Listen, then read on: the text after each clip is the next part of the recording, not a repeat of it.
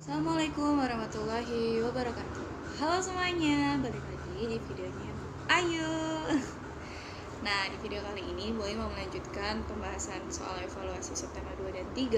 Jadi disimak baik-baik ya videonya sambil menyimak, sambil menonton video dari Bu Ayu. Jangan lupa sambil dicek juga hasil pengerjaan soal evaluasi September 2 dan 3 punya kalian. Jadi nanti kalau ada yang salah atau ada yang keliru bisa kalian ganti.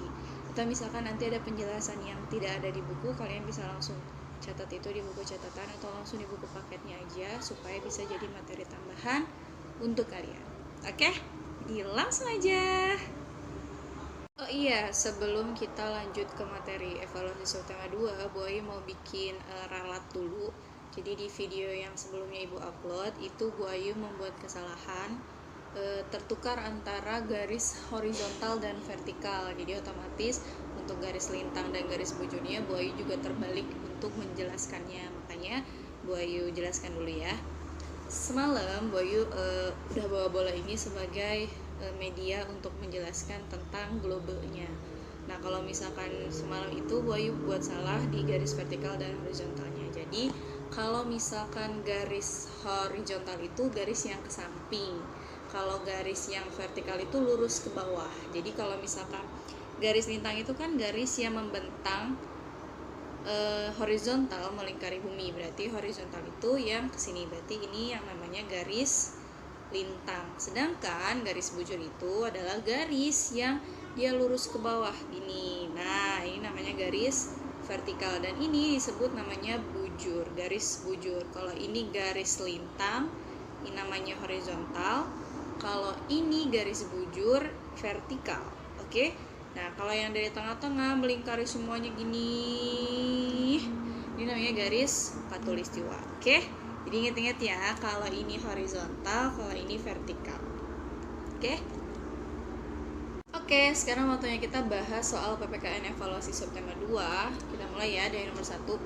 Persatuan dan kesatuan dapat diwujudkan di lingkungan berikut kecuali isinya yang benar adalah yang C, orang lain. Nomor 2, untuk mewujudkan persatuan dan kesatuan bangsa diperlukan sikap, jawabannya C, saling bekerja sama. Nomor 3, manfaat membina persatuan dan kesatuan adalah pergaulan antar sesama lebih rukun. Jawabannya benarnya adalah B. Nomor 4, contoh hidup rukun di rumah adalah apa coba? Nomor 4 jawabannya benar adalah C, menemani adik bermain. Langsung aja kita lanjut ke bahasa Indonesia. Nomor 5, ciri iklan radio adalah kalau radio itu kan nggak bisa dilihat, cuma bisa didengar, berarti dapat didengar. Kalau yang dapat dilihat itu bisa koran atau misalkan iklan-iklan yang ada di koran, majalah kayak gitu. Terus kalau yang dapat didengar dan dilihat itu yang ada audionya, ada visualnya, jadi dia punya gambar. Itu yang ada yang di televisi. Atau misalkan iklan-iklan yang ada di YouTube, misalnya, itu juga termasuk. Nomor 6, iklan yang menampilkan suara, gambar, dan gerak. Nah, yang tadi Boy jelasin, berarti isinya adalah iklan televisi.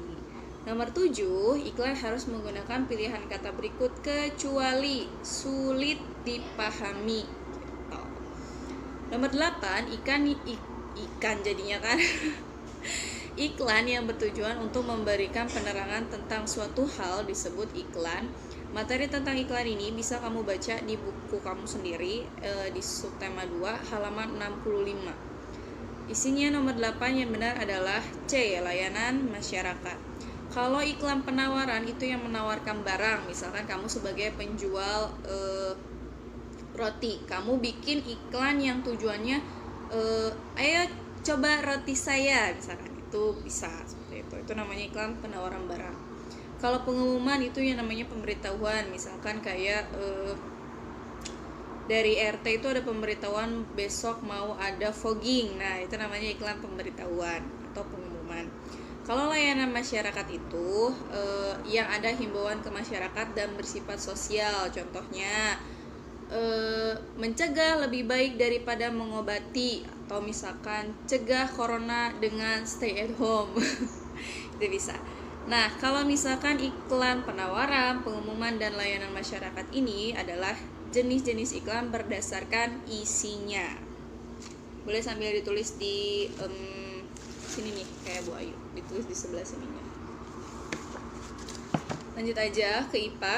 Zat tunggal yang tidak dapat diuraikan lagi menjadi zat lain yang sederhana disebut, jawabannya adalah unsur. Zat tunggal itu ada dua contohnya, yaitu unsur dan senyawa. Kalau campuran juga sama ada dua, tapi campuran homogen dan heterogen. Ingat-ingat ya. Contoh senyawa adalah, jawabannya apa? Gula.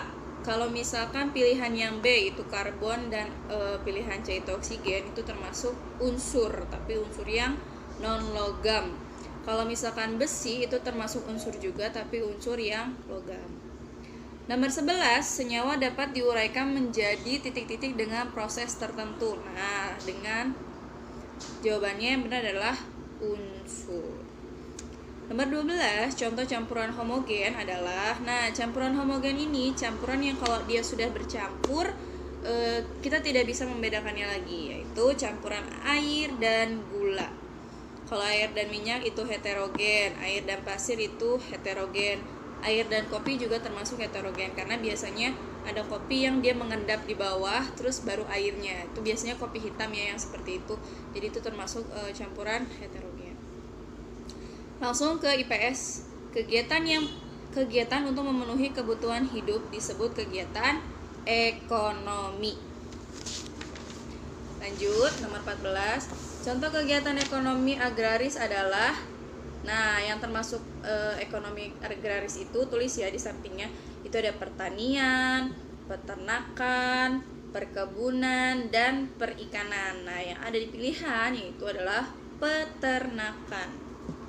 Nomor 15, kegiatan menyediakan dan mendistribusikan barang dari produsen ke konsumen, yaitu perdagangan. Nomor 16, pada persekutuan firma, pembagian keuntungan berdasarkan atas. Kalau firma itu dia termasuk jenis pekerjaan yang gabungan kelompok. Jadi pembagiannya adalah perbandingan modal yang ditanam. Lanjut ke soal SBDP. Garis-garis di lantai yang dibuat sebagai garis acuan bagi penari disebut pola lantai. Ini sebenarnya udah sering banget kita bahas gitu ya, jadi kalian pasti tahu. Tari piring berasal dari Sumatera Barat. Nomor 19, contoh pola lantai yang digunakan dalam tari piring, jawabannya adalah yang A. Tari sulintang berasal dari Jawa Barat. Oke, evaluasi subtema 2 sudah selesai. Kita lanjut bahas ke evaluasi subtema 3.